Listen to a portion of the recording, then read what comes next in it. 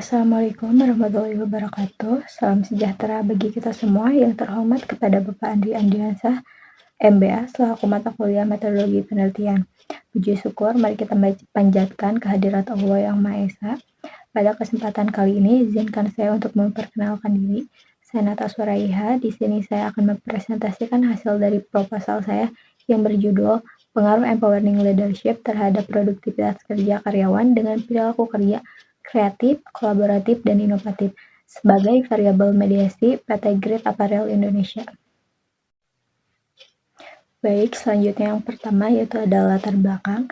Pertama-tama saya ingin menjelaskan mengapa penelitian ini penting untuk dilakukan agar kita tahu bahwa di dunia kerja saat ini yaitu sumber daya manusia adalah kunci utama. Perusahaan tidak lagi hanya butuh karyawan yang pintar, tetapi juga yang bisa bekerja cepat dan produktif di tengah persaingan bisnis yang ketat.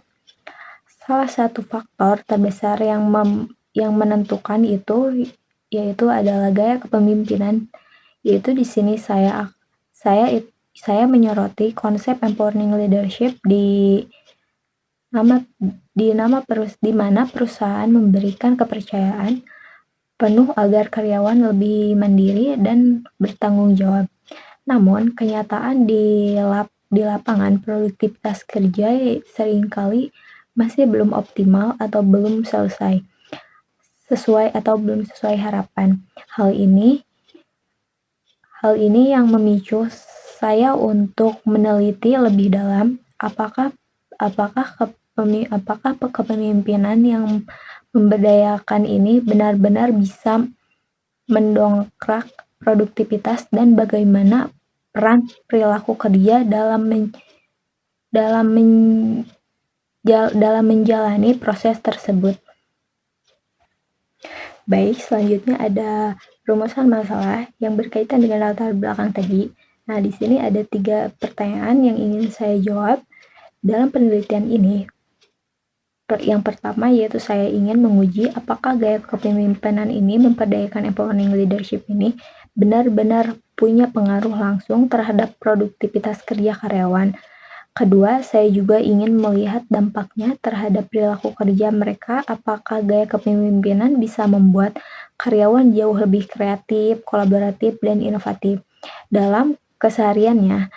Dari yang terakhir, saya ingin membuktikan apakah perilaku kerja tersebut memang menjadi kunci yang menghubungkan atau memediasi pengaruh gaya kepemimpinan produktivitas kerja karyawan secara keseluruhan.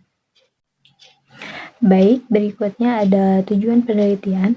Setelah menentukan rumusan masalah tadi, maka tujuan utama dari penelitian ini adalah untuk menganalisis secara mendalam sejauh mana empowering leadership ini memberikan pengaruh pada produktivitas kerja karyawan. Selain itu, saya juga ingin membuktikan pengaruh gaya kepemimpinan ini terhadap perilaku kerja karyawan, khususnya dalam hal kreatif, kolaboratif, serta inovatif di kantor. Dan juga yang paling penting yaitu penelitian ini bertujuan untuk menguji peran perilaku kerja sebagai yang menghubungkan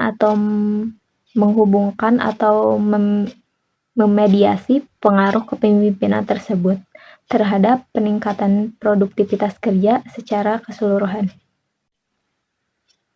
Nah, selanjutnya ada manfaat penelitian. Di sini saya akan menjelaskan mengenai manfaat yang ingin dicapai melalui penelitian ini, baik dari sisi akademis maupun praktis. Secara manfaat teoritis, penelitian ini diharapkan mampu memperkaya literasi dan kajian ilmu manajemen sumber daya manusia, khususnya mengenai keterkaitan antara empowering leadership, perilaku kerja, dan produktivitas karyawan. Di sisi lain, secara manfaat praktis, hasil penelitian ini ditujukan sebagai bahan pertimbangan bagi perusahaan dan mengevaluasi gaya kepemimpinan mereka, sehingga perusahaan dapat menerapkan pada pola kepemimpinan yang paling efektif untuk meningkatkan perilaku kerja dan produktivitas karyawan di lapangan. Baik, selanjutnya ada landasan teori, yaitu fokus utama penelitian ini adalah empowering leadership, yaitu gaya kepemimpinan yang menitik beratkan pada pemberian wewenang dan kepercayaan pada karyawan. Kepemimpinan dengan gaya ini tidak hanya memotivasi, tapi juga mendorong untuk lebih mandiri dalam mengambil keputusan dan mengembangkan diri. Keputusan dan mengembangkan diri ini, yaitu penerapan gaya ini dinyatakan akan membentuk perilaku kerja yang positif seperti munculnya ide-ide kreatif, kemampuan kolaborasi yang kuat, serta sikap inovatif dalam bekerja. Perilaku kerja positif ini yang nantinya menjadi masih penggerak utama dalam meningkatkan produktivitas kerja, baik dari segi kualitas maupun efisiensi.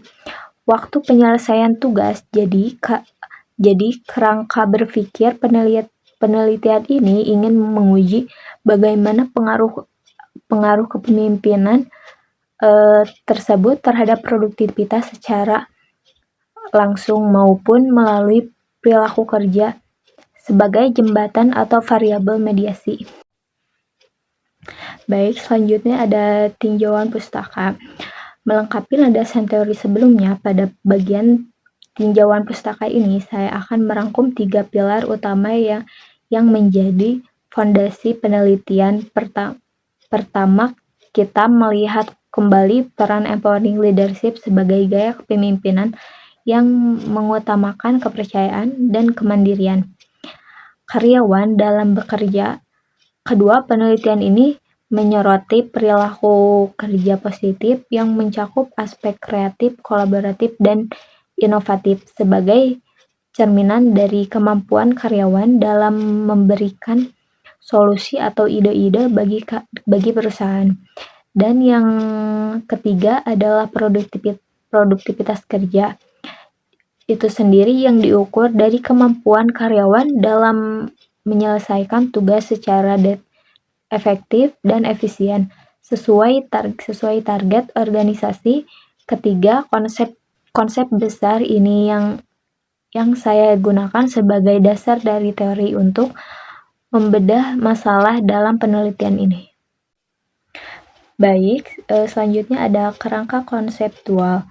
Sebagai benang merah dari seluruh teori yang telah dipaparkan, kerangka konseptual penelitian ini yaitu menggunakan hubungan sistematis antar variabel. Di sini empowering leadership diposisikan sebagai variabel independen yang memengaruhi produktivitas kerja karyawan. Sebagai variabel dependennya, selain hubungan langsung tersebut, terdapat poin penting di mana perilaku kerja karyawan yang mencakup aspek kreatif, kolaboratif, dan inovatif berperan penting sebagai variabel mediasi, artinya kepemimpinan yang memberdayakan diharapkan mampu memicu perubahan perilaku kerja ke arah yang lebih positif, terlebih dahulu yang pada akhirnya akan bermuaran pada peningkatan produktivitas kerja karyawan secara lebih signifikan.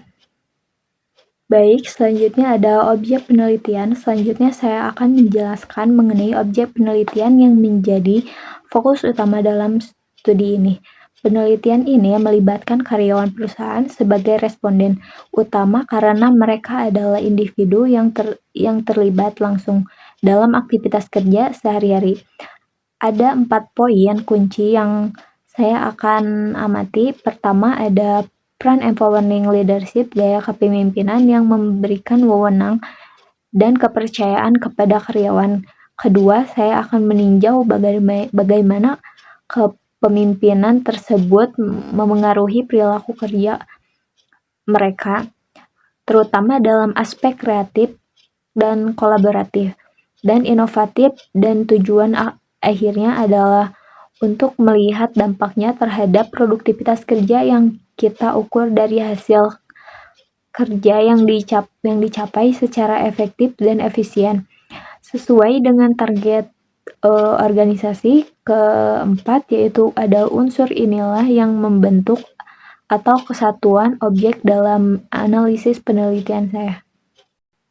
Nah, sekarang kita masuk ke dalam metode penelitian, di mana saya menggunakan pendekatan kuantitatif dengan jenis penelitian exploratory research. Tujuan adalah untuk menjelaskan secara detail bagaimana pengaruh empowering leadership terhadap produktivitas melalui perilaku kerja untuk pengumpulan datanya. Saya menyebarkan kuesioner pada karyawan untuk mendapatkan data primer yang akurat. Adapun populasi dalam penelitian ini mencakup seluruh karyawan di perusahaan tersebut. Sementara sampelnya ditentukan menggunakan teknik sampling tertentu yang disesuaikan dengan kondisi dan kebutuhan populasi yang ada. Dengan model ini, saya berharap hasil analisis yang ditetapkan nantinya benar-benar valid dan objektif. Baik, selanjutnya populasi dan sampel, yaitu memasuki bagian populasi dan sampel. Penelitian ini menerapkan seluruh karyawan pada perusahaan tersebut sebagai populasi. Pemilihan populasi ini didasarkan pada pertimbangan bahwa karyawan adalah pihak yang terlibat langsung dalam pelaksanaan kepemimpinan, mengalami perubahan perilaku kerja secara nyata, dan menjadi penentu utama dalam mencapai produktivitas perusahaan. Sementara itu untuk sampel penelitian, saya mengambil sebagai dari populasi tersebut sebagai responden. Penentuan jumlah sampel yang dilakukan dengan menggunakan teknik sampling terutama yang disesuaikan dengan kondisi lapangan sehingga daya yang terkumpul nantinya benar-benar representatif dan mampu menggambarkan karakteristik populasi secara akurat. Baik, di sini yang terakhir ada kesimpulan.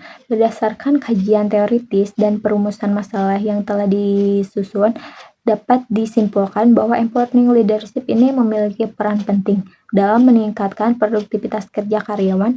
Gaya kepemimpinan yang memberikan kepercayaan, dukungan, dan wewenang kepada karyawan mampu mendorong munculnya perilaku kerja kreatif, kolaboratif, dan inovatif.